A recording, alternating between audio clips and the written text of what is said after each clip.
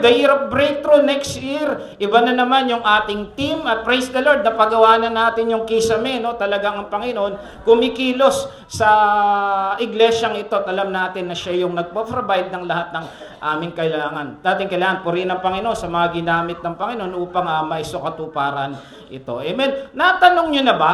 Wala naman Pasko talaga sa Bible, di ba? Wala naman talaga sinabing December 25. Ulitin ko lang to walang sinabing December 25. Hindi naman nakasulat talaga yung birthday ni Jesus. Ngayon, tatanungin mo, Pastor, kung wala naman December 25, bakit tayo nagdidiwang? Amen, yan yung tanong. Ba't kayo mga Kristiyano nagdidiwang kayo ng December 25? Wala naman talaga. Okay, again, we're not celebrating the date, but the event of Jesus' incarnation. Sabihin na naman ng iba, bakit kayo nagdidiwang? Hindi na nga sinulat. Bakit kayo nagdidiwang? Okay, tanong. Pag birthday mo ba, masaya ka? Oo, di ba? Pag birthday, masaya. At sinabi sa Biblia yan, ito, sabi dito sa Luke 2:10, ngunit sinabi sa kanila ng anghel, huwag kayong matakot, kausap yung mga shepherd. Ako'y may dalang magandang balita para sa inyo. Ano yung magandang balita? Ipapanganak si Jesus na magdudulot ng malaking kagalakan. So, ibig sabihin, pag birthday ni Lord, may malaking kagalakan. Amen? So, yun dapat ang ating sineselebrate, yung kagalakan yun na si Jesus, sinagip tayo. Tandaan, sa Bible, mayroon dalawang event dyan na talagang sineselebrate natin. Una, birthday ni Jesus. Pangalawa, pagbalik niya. Pagbalik niya, ito naman yung kasalan o yung wedding of the bride. So, mag-i-enjoy na naman tayo doon. Amen? Okay, so bago tayo dumako, ito na yung ating tawag dito, mensahe. Maraming peke sa panahon ngayon, tama? Tingnan mo yung katabi mo. Amen? Maraming peke. Ito yung mga brand, di nga lang kita. Ito, kung ano-ano mga to, pero hindi ito yung total. Nilalagay lang nila yung logo, pero hindi. Marami ka rin natatanggap na peke. Yung Adidas, naging Adibas. Yung Nike, naging Nike. Di ba? Maraming fake ngayon Yung Lacoste, grabe, okay na sana, kaso naka-brace yung alligator, no? Okay na sana, kaso naka-brace Tapos yung Crocs, grabe yung Crocs. Ang laki. So maraming peke sa panahon ngayon, lalo na sa Kapaskuhan. Marami kang matatanggap na peke. Merong isang sabi niya, pare, anong niregalo mo sa misis mo? Pare, diamond ring na malaki. Grabe, mahal yun, pare, mahal yun. Pero di bang gusto ng ng asawa mo, 4x4 na sasakyan? Problema, pag 4x4 na sasakyan, bakit? Wala kayong garahe? Hindi. Wala namang peke nun. Sa mga hindi nakakuha, mag-breakfast muna kayo. Amen? So ganun, talagang maraming peke na ibinibigay. Amen? Okay, so doon muna tayo sa ating salita. At yun ang sinasabi ni Jesus. Sabi niya, mag-ingat kayo upang hindi kayo maligaw ni numan. Kasi nga, maraming talagang gustong manligaw sa kanyang pagbabalik. Kaya sabi niya, paparito sa pangalan ko at magpapanggap na sila ni Kristo. So again, this is a warning coming from Jesus that there will be false Jesus, kunwaring Jesus. At alam nyo, marami pala nung sinearch ko, maraming assuming na si Kristo, marami, pero bibigyan ko lang kayo ng 3. Ito yung Messiah claimants na yung sabi nila, sila si Jesus. Ito yung isa sa Brazil, si Alvaro Tai, sabi niya, he claims that he is the second coming of Jesus. Ang lakas ng loob, Siya raw si Jesus.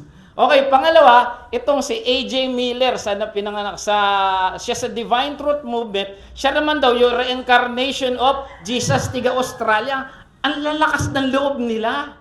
At sikat din ang Pilipinas dyan. Kilala nyo na ba yun? Kibuloy. Siyempre, di mo mawala. Sabi niya, ito matindi. Appointed Son of God. So, Jesus pa rin. Hindi talaga nawawala ang Pilipino sa eksena. So, ang dami peke ko sa search. Ang dami ko nakita. Pero 3 lang yung sunod ko. So, yung sinasabi ni Jesus, maraming peke. Pati nga siya, pinipeke na rin. Grabe, Okay? So, ngayon ang tanong, paano natin malalaman na yung sinasamba natin ay totoong si Jesus? Ayan. Jesus tayo ng Jesus. Ano kayo? Christian, with followers of Jesus. Pero how do we know that we are really following the Jesus of the Bible? Ayun yung pag-uusapan na. Medyo malalim to, more of teaching to ngayon. Pero dapat kasi malaman natin itong mga bagay na ito. Amen? Okay, so sabi sa Isaiah 7:4, sabi rito ng Panginoon, therefore, the Lord Himself will give you a sign. So si God mismo ang magbibigay sa atin ng isang, sa Tagalog ng sign, ito pala, palatandaan. Ano yung bigay na palatandaan? The virgin will conceive and give birth to a son. So ang palatandaan, magkakaroon ng anak, yung birhen. So mahirap magkaanak ang birhen. No? Pero mamaya, sasabihin ko sa'yo, bakit kailangan birhen ang magkaroon ng anak?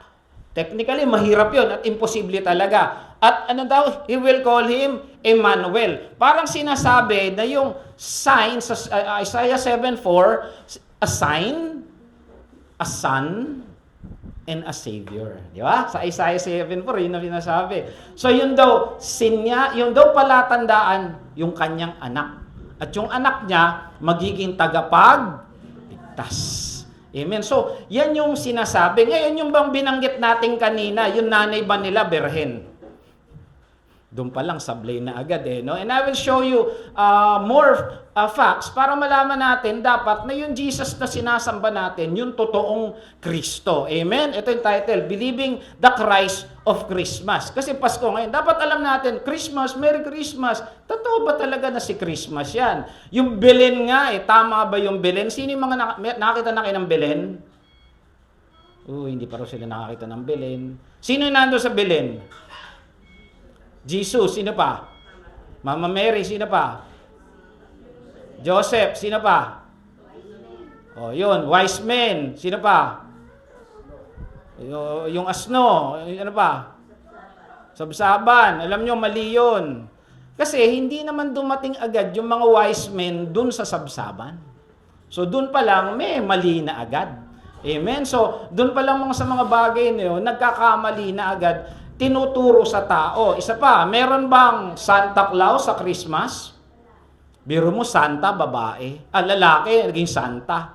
Saan ka nakakita? Amen? So, nililigaw tayo ng kalaban. Kaya ngayon, yun yung pag-aaralan natin. Amen? Yung totoong Kristo ng Kapaskuhan. Medyo malalim to, pero by the grace of God, maintindihan natin. Uli, maglilihang isang dalaga. Mamaya sabihin ko sa inyo, bakit importante yan? Amen? Unang-una, may mga propesiya ng kanyang pagdating. Yung bang mga nagsabing siya ay Kristo, may propesiya sa kanila? Si Kabuloy, meron? Wala. Amen? At sabi rito sa Biblia, 300 prophecies were fulfilled during the time of Jesus. Sabi ng mga mathematician, pag daw may propesiya, yung 8 pa lang o 3 pangalan daw yung magkatotoo ron, napakabigat na. What more yung 300? Amen? So, talagang yung Biblia ay ang Diyos talaga ang gumawa sapagkat lahat ng sinabi ng yayari. Amen? Sabi dito, bigyan ko kayo ng unang-una, Matthew 1:1. Ito ang talaan ng ninuno ni Jesucristo na mula sa angkan ni David. Sino ang kausap dito ni Mateo? Mateo, sino kausap mo? Wala pala. Ang kausap niya dyan, mga Hudyo. Ang sabi niya, ipinapakilala niya si Jesus Christ galing sa angkan ni David at ni Abraham. Bakit importante sa kanila yon? Ibig sabihin, dapat yung tigapagligtas, yung Jesus na totoo, galing sa angkan ni Abraham at ni David. Si Kabuloy ba galing sa angkan ni David at saka ni Abraham? Malay ko kung saan angkang galing yun. So dun pa lang, dapat alam ninyo. Ayan, sabi bakit kasi? Sabi kay Abraham sa Genesis 22, sabi niya, sa pamamagitan ng iyong lahi, pagpapalain ng lahat ng bansa. Hindi yan yung anak niyang si Isaac. Dadaan kay Isaac at lalabas si Jesus Christ. So through Jesus, everybody will be blessed. Ano sabi sa John 3:16? For God so loved the world. So yung buong mundo talagang magkakaroon ng biyaya sa pamamagitan ni Kristo. Dahil si Kristo galing sa angkan ni Abraham. Gayon din kay David. Kay David naman sa 2 Samuel, sabi dito, magiging matatag ang iyong sambahayan, ang iyong kaharian, hindi mawawaglit sa aking paningin at mananatili ang iyong trono. Sabi dito, kausap diyan si David. Pwede bang hindi mawala trono kay David, mamamatay yan? Amen? So, sino sinasabi diyan? Si Jesus na naman. So, si Jesus, yung angkan, galing din siya sa angkan ni David. Hindi mawawala yung kanyang trono. Nasaan si Jesus ngayon? Nasa langit na siya. So, ibig sabihin, yung throne of Jesus, dahil siya ay Diyos, hindi mawawala. So diyan pa lang, ano pa? Sa Huda, sa angkan naman ni Huda, manggagaling yung tagapagligtas. The scepter will not depart. Ano yung scepter? Alam niyo yun? Yung pang may hari, di ba? Yung parang baston nila, yung ganon, di ba? So, tanda yon ng pagiging hari o royalty. Hindi na mawawala sa angkan naman ni Huda. Okay. Saan nangyari yan? Ano sabi sa Luke 3:33? Ito, isa-isa yung pinanggalingan ni Jesus hanggang makarating, sabi, the son of Aminadab, the son of Ram, son of Hezron, the son of Perez, the son of Judah. So sa tatlo pa lang niyan, David, Abraham, Huda, pasok si Jesus eh. Propesiya noon nangyari nung pinanganak siya. So tanda ng pagiging Kristo, galing kay David, kay Abraham, at sa angkan ni Huda. Amen? So, yung Kristo dapat, dyan galing. Yung ba mga sinabi ko, galing dyan? Si Kubuloy, galing dyan? Ewan ko saan galing yun. Amen? So, doon pa lang, sablay na sila. Ang totoong Kristo, matagal nang nakapangako. 2,000 years ago, nung sinulat yung Genesis, nangyari yan sa time ng gospel na, that was like 1,000 years or 1,000 years apart. So, ibig sabihin, yung sinabi nun, nangyari ngayon. Kung ibig sabihin, nangyayari yung sinasabi ng Panginoon, ibig sabihin, yung pangako ng Diyos, pwede mong pangawakan. Pag sinabi ng Diyos na hindi kita iiwan, hindi kita papabayan, panghawakan mo yun kasi pag sinabi ng Diyos, mangyayari. Amen? Kasi biro mo, 2,000 years apart, gumana. Kaya pag ikaw, sinabi mo, Lord, hahawakan ko yung pangako mo. Ibig sabihin, hindi pababayaan ng Diyos na hindi mangyari sa iyo. Amen? So, doon pa lang panalo na tayo. Amen? Pangalawa, Lamb of God, the love of God. Dapat si Jesus, siya yung sinasabing pagmamahal ng Diyos at tupa ng Diyos. Siya ba yan? O, dyan pa lang, kita na agad natin. Sabi yun, ang toong Kristo, mag-aalis ng kasalanan ng mundo. Kasi yun yung purpose niya. Sino ang pinako sa krus? Sino? Si Kabuloy ba? Pako kayo natin, tignan natin. Sorry sa mga nanonood. Ako mapatikos ako dito, live pa naman ako. Amen? Kasi yun lang po nakasulat sa Biblia, huwag po kayo mag-alala sa akin. Amen? Nakasulat yun, ipapako sa krus at ililibing at mabubuhay muli. Doon pa lang alam natin sino yun eh. Okay, tignan natin ha. Kasi si Jesus kaya dumating sa mundo para iligtas ang sangkatawan sa kasalanan. Amen? Sabi sa Romans 8:38, hindi makakapaghiwalay sa atin sa pag-ibig ng Diyos. Ibig sabihin, yung pagmamahal ni Lord sa atin, walang pwede maghiwalay. Ano sabi? Ipinagkaloob sa atin sa pamamagitan ni Kristo Jesus na ating Panginoon. Kaya kalabit mo yung katabi mo, sabihin mo, mahal na mahal ka ni Jesus. At yung pagmamahal na yun, pinako. Ayan, sabi sa John 3:16. Ulit, for God so loved the world, He gave His only begotten Son. Whoever believes in Him will not, but will have an pinako sa krus. Yung pangako ngayon. Amen? At pag pinako, sigurado mong hindi mapapako. Kasi pinako na eh. So doon pa lang, alam natin na siya talaga yung tagapagligtas. Siya yung dapat i-celebrate mo. Mag-celebrate ka kasi alam mo, may Kristong namatay, pinanganak, nag-birthday, at siya ay namatay para sa kaligtasan nating lahat. Amen? Okay, ito na, yung lamb. Tingnan natin yung lamb. The next day, he saw Jesus, si John the Baptist, coming towards him and said, behold, the Lamb of God. Amen. So doon pa lang kita mo na agad eh. Ang purpose ng tupa nung panahon nila, gawing mga handog. Nung panahon nila ha. So pag may kasalanan ka, pupunta ka sa templo, magdadala ka ng tupa o kahit anong hayop na pwede, yung kalapate yan. Papatayin yan, hahawakan mo yon para yung kasalanan mo raw matransfer doon. Para pag pinatay yun, nagbayad ka na ng kasalanan, yun ang pinatay. Kaya lang, gagawin mo yun paulit-ulit. Kaya mauubos ko ngayon, uso pa yun. Naku, ubos ang mga tupa. Sa kasalanan nating lahat. Amen? Ubos ang kalapate, wala ka na makikitang lili pa dyan. Buti na lang dumating si Kristo, minsana na lang yung binayaran yung kasalanan natin. Okay, He is the Lamb of God. Amen? Hindi nyo kita eh. Ang mga lamb na tawag dito, iaalay kasi dapat unblemished. Pag unblemished, ano ba sa Tagalog na unblemished? Walang kapintasan, ibig sabihin siguro puting-puti, walang sugat. Yan, talagang yung maganda, yung talaga yung kasi ang karapat dapat sa Diyos. Ikaw ba, gusto mo ba pagre-regaluhan ka, maganda, pangit?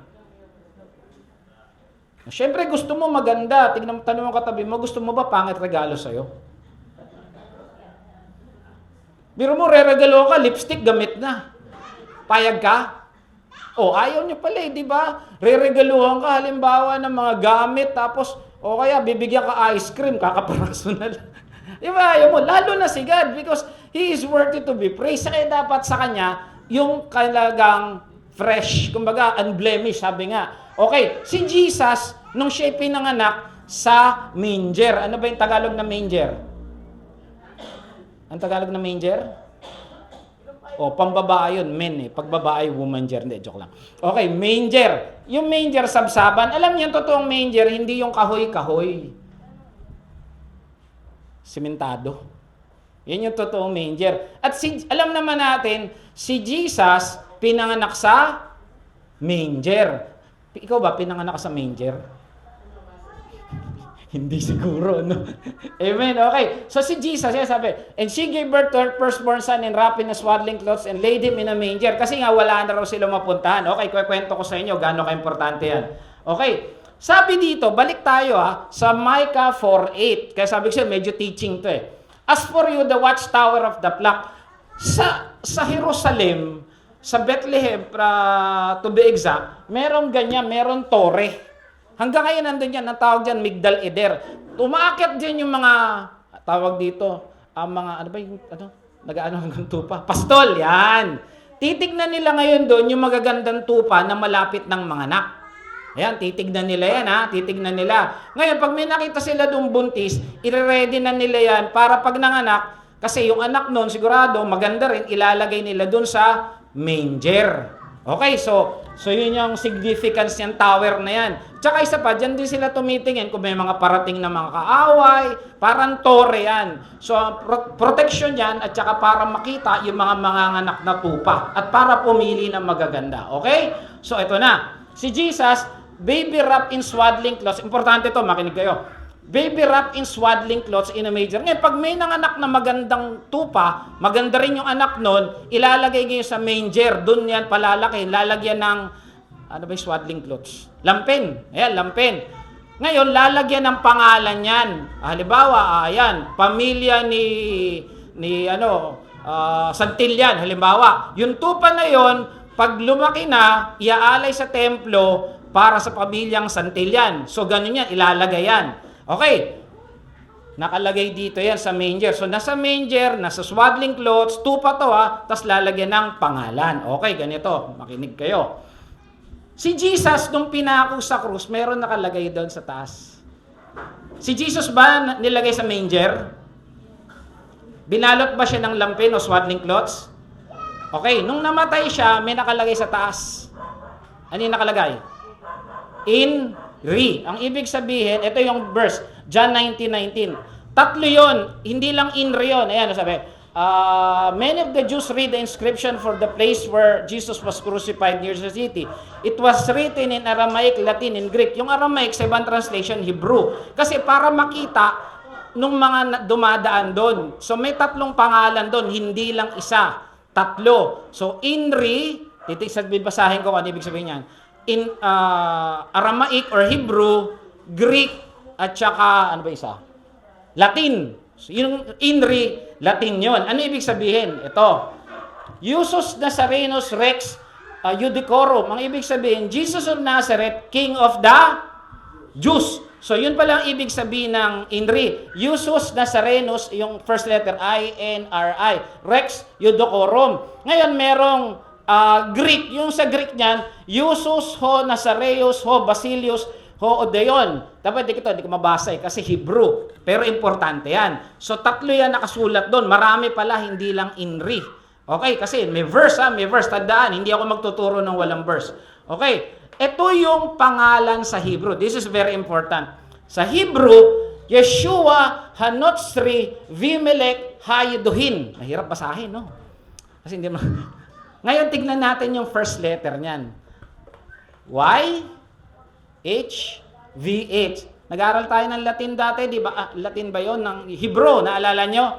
Y, Yod, Hey, Vav. Hey, naalala ninyo? First four letters, kanino yon? Yahweh. So yung Inri pala, pag sa Hebrew yan, first four letters yan kay Yahweh, ibig sabihin namatay si Jesus para kay Yahweh. Kaya bakit? Kailangan ba ni God ng sacrifice? Oo. Kailangan niya. Pero para kanino? Ayan, yan ang importante doon.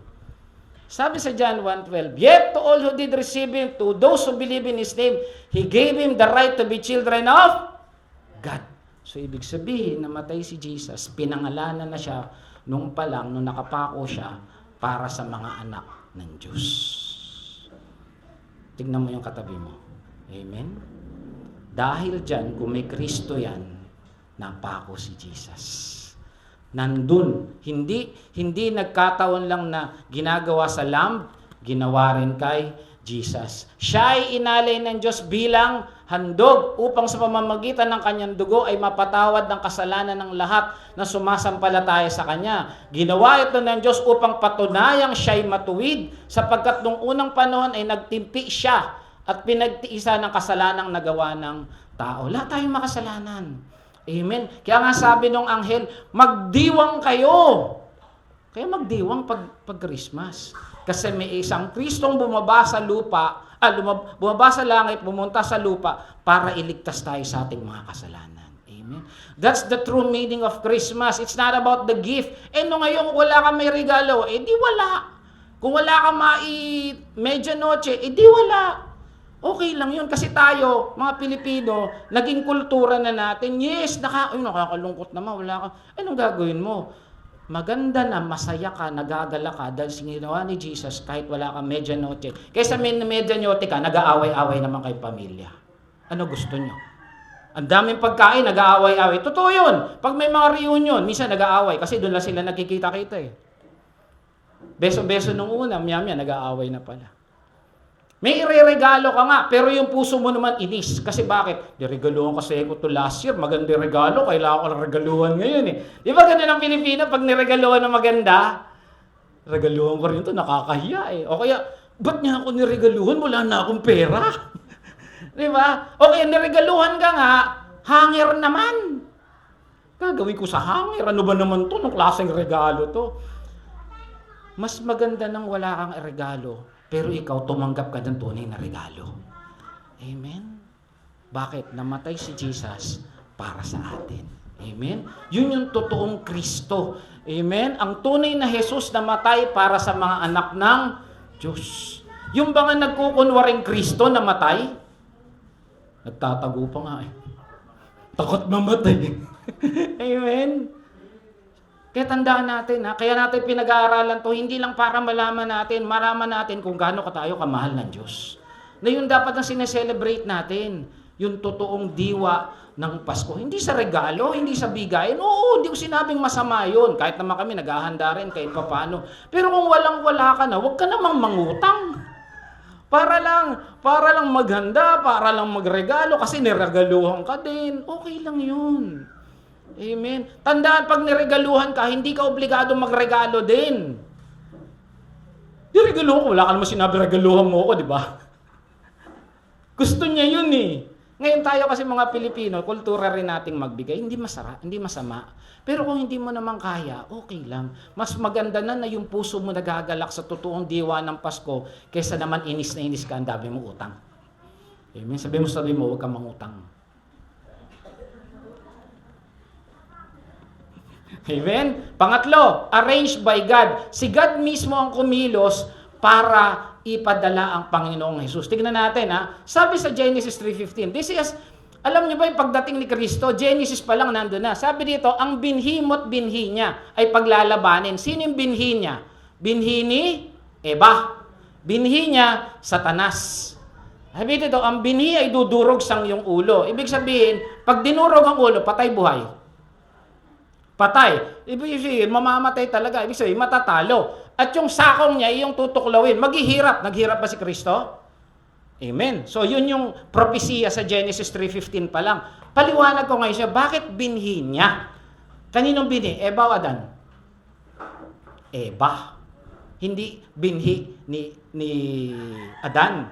Kaya may virgin birth kasi binhi ni Eva. Pinanganak si Kristo, walang binhi ni Joseph. Tandaan na, walang nangyari sa kanila. Sabi dito, maglilihang isang. Pero pag ngayon may nagsabi, nanay, buntis ako. Oh, sino nakabuntis sa'yo? Ang banal na spirito. Batukan mo. Hindi totoo yun. May sayad yan. Amen? Nun lang yun. Wala nang uulit yan. Kaya naglihi si Maria sa kanyang pagkadalaga, walang nangyari, birhen siya dahil sa banal na spirito. Ano sabi rito? Magliling isang birhen at magsisilang isang sanggol na lalaki. Tatawaging Emmanuel. Ibig sabihin, kasama natin ang Diyos.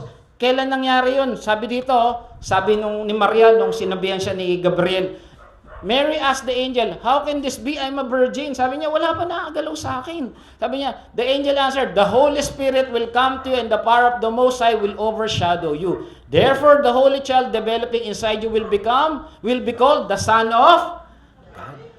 So, importanteng walang binhi ng lalaki kasi yun yung nakapropesiya. Sabi niya, ang binhi mo. Hindi sinabing binhi ni Adan. Kaya siya lang talaga yung birhen na nanganak. Amen? Kaya napaka-importante nun. Amen? So dapat maintindihan natin na lahat yan in-arrange ng Panginoon. Hindi yan nagkataon lang. Biro mo, sinabi sa John 3:15, nangyari sa Lucas, another 3,000 years. Ngayon ang tanong, sa Genesis lang ba sinabi yung tungkol kay Jesus? Hindi. Sabi dito sa Revelation, the Lamb who was slain from the creation of the world. Ano nauna? Genesis o creation of the world? Creation of the world o ano nauna? Before the creation o Genesis?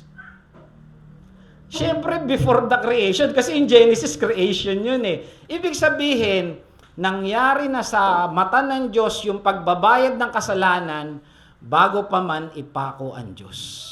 Ang Panginoong Hesus. Bago pa lalangin ang mundo, sa mata ng Diyos, binayaran na kasalanan mo. Alam mo tawag doon? Biyaya. Bago ka pa magkasala, binayaran na ni Kristo. Wala kang ginawa para maligtas. Ang gagawin mo lang, tatanggapin mo si Jesus bilang Diyos at manunubos. Yun ang dapat natin gawin ngayong Pasko. Ang siguraduhin natin na may Kristo tayo at ang pamilya natin. Amen. Yun yung pinakamagandang maibibigay nyo, yung maibahagi si Kristo. Pagdating sa langit, uy, kailan ka nakakilala? Christmas yun, binahagian ako ni sister. Diba? That's the best gift we can give to the people around us, especially to our loved ones. Jesus. Nabigyan mo nga siya ng 5,000. Biyaheng impyerno naman yan. Diba? Pero kung may Jesus siya, kahit anong mangyari sa kanya, magkikita-kita tayo sa langit. Amen? Kaya sabi, ang totoong Kristo, napako bago pa ang mundo. Kalain mo yun. Sabi sa Revelation hindi tayo naghahanap lang dito ng kwento kasi nasulat. He was slain before the creation of the world. And lastly, hindi pinangako na saan. Hindi kanina, di ba? Australia, Brazil, Davao. Sabi, sa Bethlehem lang daw pwedeng ipinanganak kasi nasusulat. Ay sabi sa Micah 5:12, sabi nito, ngunit ikaw Bethlehem Ephrata, bagamat pinakamaliit na angkan ng Huda, ay magbumula sa iyong angkan ng isang mamumuno sa Israel. Ang kanyang pinagmulan ay buhat pa noong unang panahon. Ulitin ko, yung mga kukunwaring Jesus, mula pa ba sila noong unang panahon? Mukha na ba silang mga lolo? Si Jesus din yun. Amen? Sabi sa Luke, okay, paano nangyari pinanganak si Jesus sa Bethlehem? Tandaan, hindi sila taga Bethlehem. Hindi taga sa Bethlehem. Kaya nga pinanganak sa sabsaban kasi wala raw mapuntahan Paano nangyari? Ayan. Nang panahon yon, iniutos ni Emperor Augusto, search nyo yan, totoong nasa history yan, na magkaroon ng census. Alam niyo yung census? Yung kukunin yung mga pangalan, yan. Sa lahat ng nasasakupan ng imperyo ng Roma. Ang unang census na ito, ginawa nung si Caesarea, ang gobernador ng Syria. Kaya umuwi ang mga tao sa sarili nilang bayan. Kasi itong si Jose, taga Bethlehem. Pero mamaya, tignan natin, tiga saan talaga sila. Ayan, okay.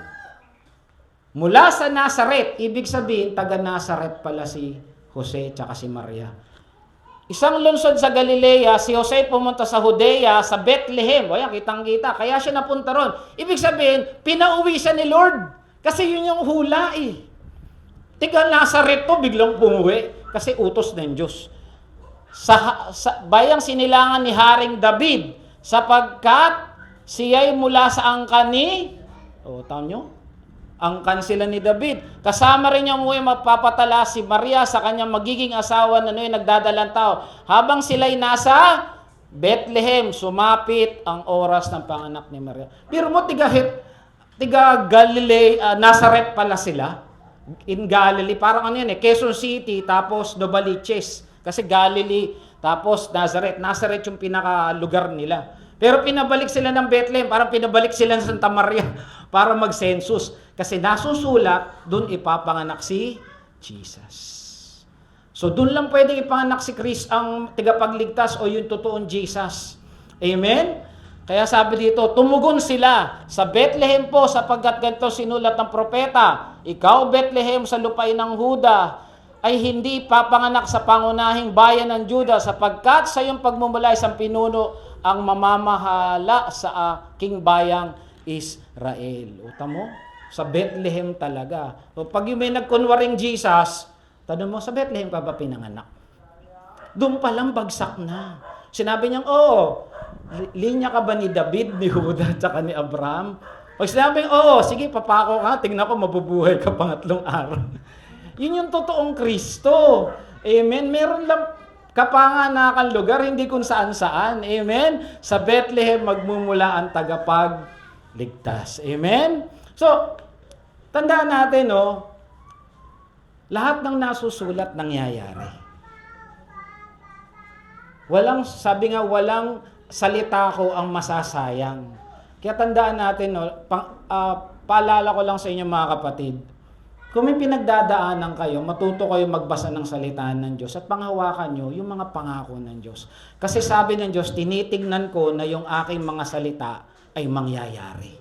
Ibig sabihin, kung pinangahawakan mo na, Lord, hindi mo ako pababayaan at hindi mo ako iiwan, titig niya sa buhay mo, hindi ko talaga pababayaan tong pamilyan to kasi sa akin sila nagtitiwala. Amen? Pag ikaw nagtitiwala sa Diyos, nakikita ko tong batang ito, nagtitiwala sa akin. Sisiguraduhin ng Diyos na dapat mo lang siya pagkatiwalaan. Amen?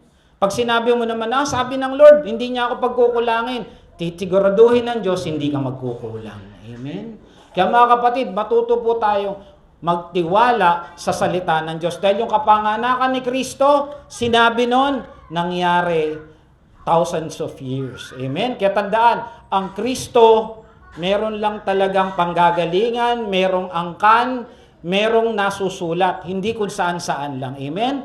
Pinag-aralan natin to para wag tayong maloko. Tandaan natin, ang tunay ng diwa ng Pasko, ang pagbibigayan, pagmamahalan natin ng ating Panginoon. Amen? Okay, summary na tayo. Mabilis lang to Unang-una, ano sabi?